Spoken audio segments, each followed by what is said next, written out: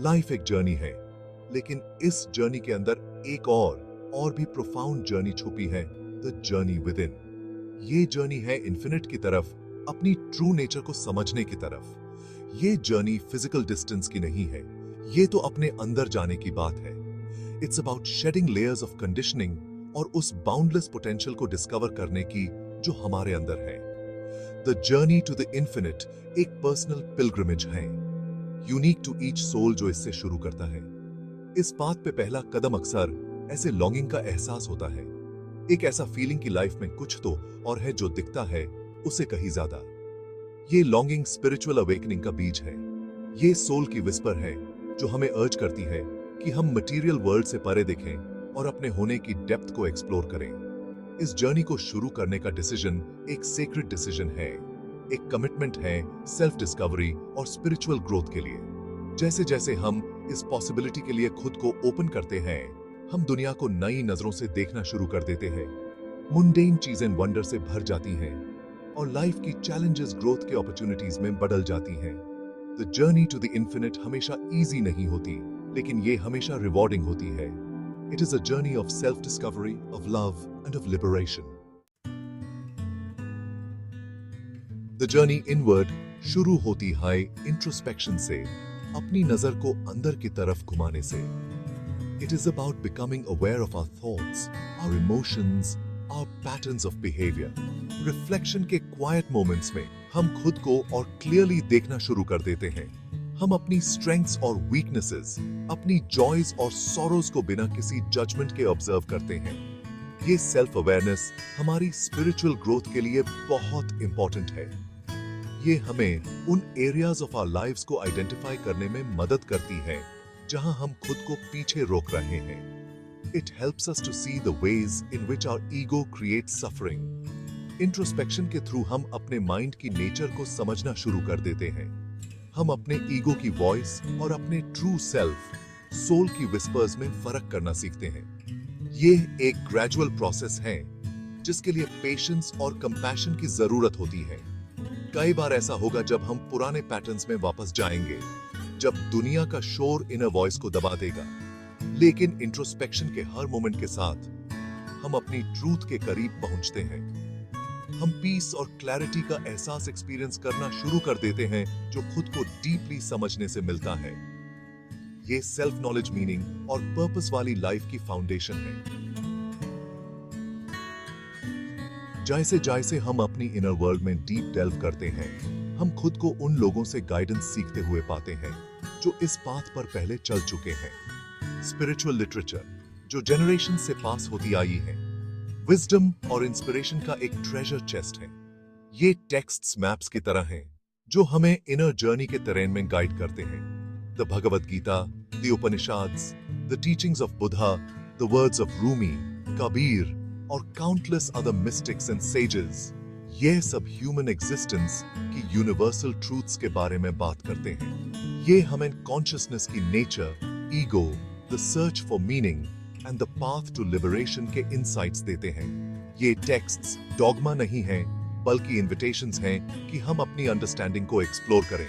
ये हमारी बिलीफ्स को चैलेंज कर सकते हैं, हमारी पर्सपेक्टिव्स को एक्सपैंड कर सकते हैं और हमें सीकर्स की लिनिएज से कनेक्ट कर सकते हैं जिन्होंने सेम एग्जिस्टेंशियल क्वेश्चन से ग्रैपल किया है। स्पिरिचुअल लिटरेचर की खूबसूरती इसकी इस एबिलिटी में है कि ये हमसे हमारी जर्नी के अलग अलग स्टेजेस पर बात कर सकती है।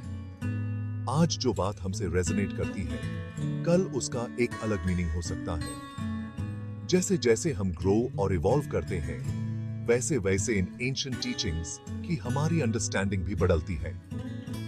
ये पाथ पर कंपेनियंस बन जाते हैं जो रास्ते में सॉलिस, विजडम और इंकरेजमेंट ऑफर करते हैं। स्पिरिचुअल लिटरेचर के साथ एंगेज करना वाइज वंस के साथ कॉन्वर्सेशन करने जैसा है, जिससे उनकी इनसाइट्स हमारी अपनी सेल्फ डिस्कवरी की जर्नी को इल्यूमिनेट करती हैं। सेक्शन 4, योगा का पाथ, शरीर और आत्मा का मिलान। The journey to the infinite सिर्फ एक इंटेलेक्चुअल परस्यूट नहीं है, ये एक होलिस्टिक जर्नी है जिसमें इन बॉडी, माइंड और स्पिरिट शामिल है। योगा एक एंशिएंट प्रैक्टिस जो इंडिया में ओरिजिनेट हुई थी, खुद के इन एस्पेक्ट्स को इंटीग्रेट करने का एक पावरफुल पाथ ऑफर करती है।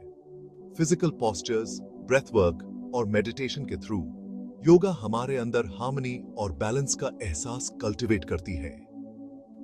योगा वर्ड का मतलब ही यूनियन है, जो प्रैक्टिस के इस एम को रिफ्लेक्ट करता है कि इंडिविजुअल कॉन्शियसनेस को यूनिवर्सल कॉन्शियसनेस के साथ यूनाइट किया जाए। जैसे जैसे हम आसनास या योगा पोस्चर्स के थ्रू मूव करते हैं, हम अपने बॉडीज के प्रति अवेयर होते हैं, टेंशन को रिलीज करते हैं और स्ट्रेंथ और फ्लेक्सिबिलिटी को कल्टीवेट करते हैं। ब्रेथ, जो बॉडी और माइंड के बीच का ब्रिज है, योगा में स्पेशल अटेंशन दिया जाता है। कॉन्शियस ब्रीदिंग टेक्निक्स के थ्रू हम नर्वस सिस्टम को काम करना, माइंड को क्वाइट करना और अवेयरनेस की डीप स्टेट तक पहुंचना सीखते हैं। योगा परफेक्ट पोस्चर अचीव करने के बारे में नहीं है। ये तो सेल्फ डिस्कवरी की उस जर्नी के बारे में है जो मत पर अनफोल्ड होती है। ये तो अपने बॉडीज को सुनना, अपनी लिमिटेशंस को ऑनर करना और अपनी प्रोग्रेस को सेलिब्रेट करना सीखने के बारे में है। इस प्रैक्टिस के थ्रू हम खुद के साथ और प्रेजेंट मोमेंट के साथ एक डीप कनेक्शन डेवलप करते हैं। योगा एक मूविंग मेडिटेशन बन जाता है, इनर पीस को कल्टीवेट करने का और अपने अंदर डिवाइन के साथ कनेक्ट होने का एक तरीका।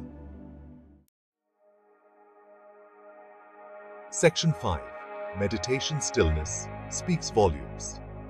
मेडिटेशन की स्टिलनेस में हम इन्फिनिट का गेटवे ढूंढते हैं।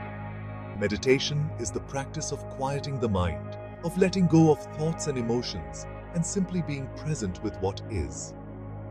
In moments of stillness में हम खुद के most deep part के साथ connect कर सकते हैं, वो part जो ego से परे है, mind की limitation से परे है। Meditation thoughts को completely रोकने के बारे में नहीं है, बल्कि उन्हें बिना किसी judgment के observe करने के बारे में है। उन्हें ऐसे आने और जाने देना जैसे आसमान में बादल आते और जाते हैं। जैसे जैसे हम साइलेंस के साथ कंफर्टेबल होते हैं, हम अपने थॉट्स के बीच में एक स्पेस नोटिस करना शुरू कर देते हैं, प्योर अवेयरनेस का एक स्पेस।